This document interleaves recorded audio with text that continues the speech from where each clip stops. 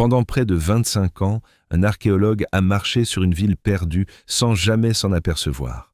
Il a foulé ses rues, il a passé par-dessus ses places, il a campé à côté de ses murailles de terre, et il n'avait pas la moindre idée que, bien sous ses pieds, cachée par la forêt la plus dense de la planète, il y avait une métropole entière. Une civilisation que l'histoire avait complètement oubliée. Une civilisation qui, selon tout ce en quoi la science croyait, n'aurait jamais dû exister. Ceci est l'histoire de comment un seul faisceau de lumière, tiré du ciel, a effacé d'un coup tout ce que nous pensions savoir sur l'Amazonie. Le nom de cet archéologue est Stéphane Rostand. Et le lieu où il a consacré 4 décennies de sa vie se situe à l'est de l'équateur, dans une vallée cachée entre les derniers contreforts de la cordillère des Andes et le commencement de l'immensité amazonienne. C'est la vallée de l'Upano. Pour comprendre pourquoi la découverte faite là a secoué l'univers entier de l'archéologie, il faut d'abord comprendre une vieille certitude. Pendant plus d'un siècle, la science a regardé l'Amazonie et a vu un grand vide. On croyait que cette forêt était trop humide, trop chaude et trop pauvre pour soutenir de grandes civilisations.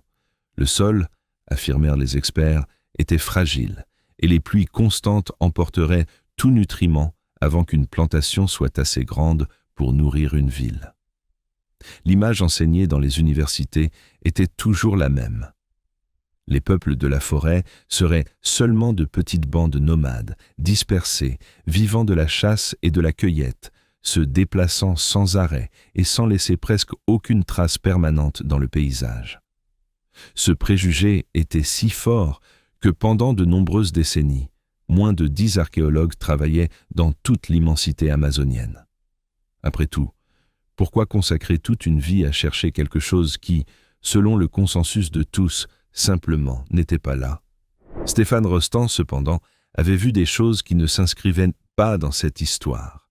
Dispersé dans la vallée de l'Upano, il connaissait des dizaines de monticules de terre, de petites élévations qui ne semblaient pas totalement naturelles. Il avait lui-même fouillé le sommet de plusieurs d'entre eux et trouvé exactement ce qu'il soupçonnait. Des vestiges clairs de maisons anciennes de plus de 2000 ans, les restes silencieux de gens qui avaient vécu là très longtemps auparavant.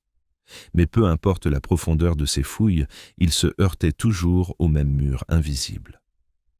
Au milieu d'une forêt tropicale, entourée par des arbres gigantesques qui bloquent la vision dans toutes les directions, il est simplement impossible de voir le dessin complet de ce qui repose au sol. À pied, vous voyez un arbre, puis un autre arbre, puis un autre monticule de terre couvert de broussailles. Vous ne parvenez jamais à voir l'ensemble, jamais la carte entière. Rostand savait qu'il y avait quelque chose d'important là, mais il ne pouvait pas voir sa forme. C'était comme essayer de comprendre une énorme peinture en regardant par un petit trou, 1 centimètre à la fois.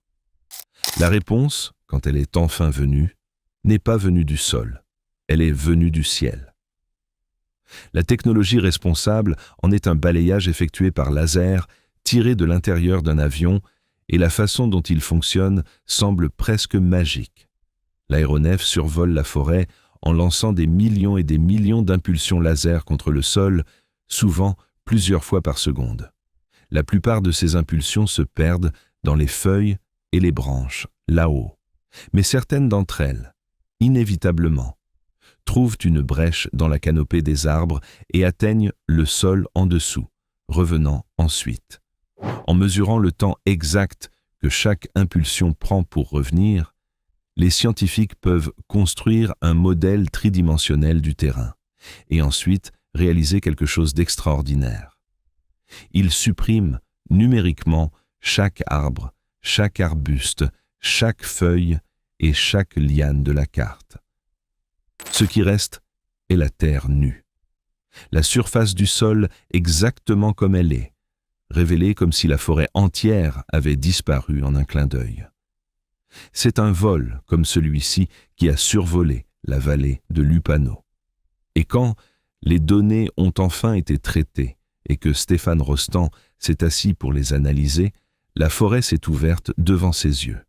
Ce qui était dessous l'a laissé sans voix. Il a décrit ce moment en disant que chaque jour ressemblait à un Noël, avec un nouveau cadeau qu'on déplie. Sauf que, à la place des quelques monticules isolés qu'il connaissait, il y avait maintenant une ville. Et juste à côté, une autre ville. Et puis une autre encore. Et des routes longues et droites, reliant toutes les unes aux autres. Ce que la forêt avait gardé caché pendant 2500 ans était à couper le souffle. Les impulsions laser ont révélé plus de 6000 plateformes de terre, toutes élevées par la main humaine.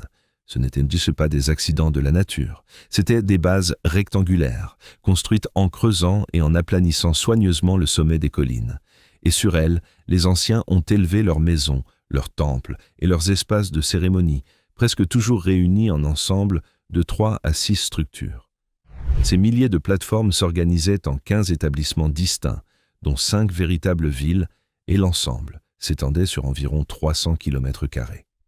Pour se rendre compte, un des plus grands sites, appelé Kilamop, occupait une zone comparable à celle du plateau de Gizeh, en Égypte, le même endroit où s'élèvent les grandes pyramides.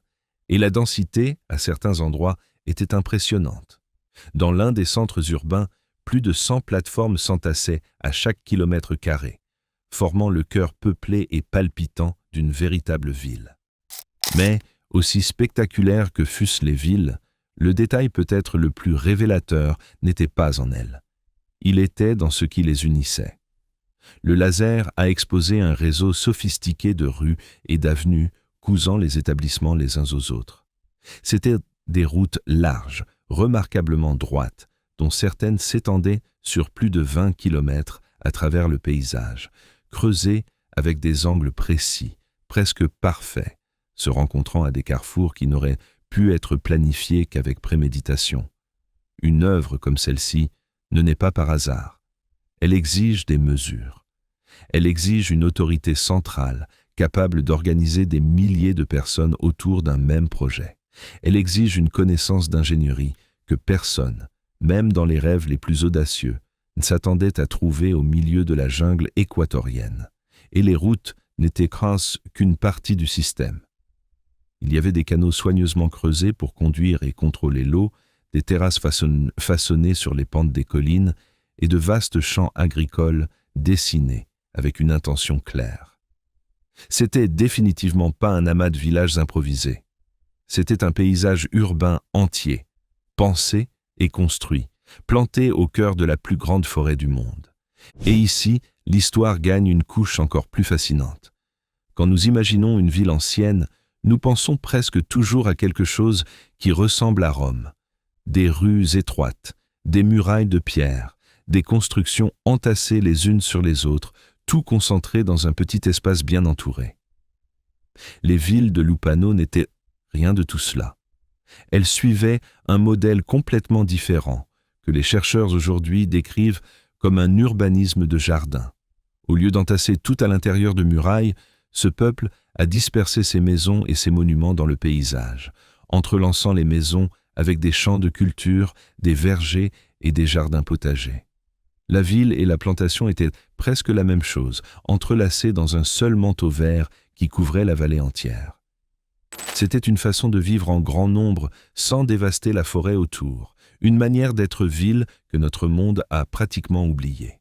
Et cela soulève une possibilité inconfortable. Peut-être que la raison pour laquelle nous avons mis si longtemps à trouver ces civilisations n'est pas simplement le fait que la forêt les avait cachées. Peut-être que c'est parce que, pendant tout ce temps, nous cherchions le mauvais type de ville. Alors arrive la question que personne ne peut éviter. Qui étaient ces gens? Les archéologues ont baptisé ce peuple de culture Kilamop et, plus tard, culture Upano. Et ils n'étaient pas une simple poignée de familles. Les estimations les plus prudentes indiquent que, à son apogée, vivaient dans cette vallée entre 10 000 et 30 000 personnes. Et il y a des experts qui croient que le nombre, considérant toute la région, pourrait dépasser 100 000. Peu importe le compte exact, nous parlons d'une population comparable à celle de la ville de Londres, à l'époque de l'Empire romain. Et c'est précisément ici que la chronologie nous frappe de toute sa force.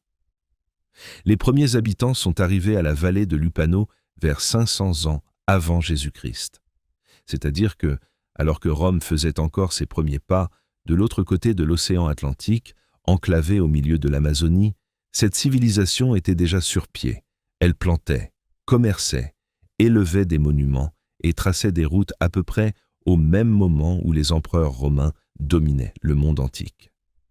Cela fait de Lupano l'exemple le plus ancien et le plus important d'urbanisme agricole jamais trouvé dans toute l'Amazonie, plus de 1000 ans plus vieux que toute autre société complexe jamais identifiée dans la région.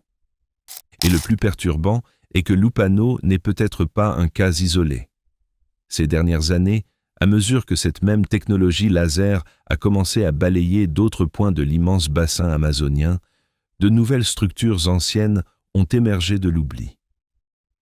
Dans la Bolivie voisine, par exemple, ont été trouvés des vestiges d'un autre système urbain, avec des monticules, des avenues et des constructions surélevées, bien que plusieurs siècles plus récents que Lupano.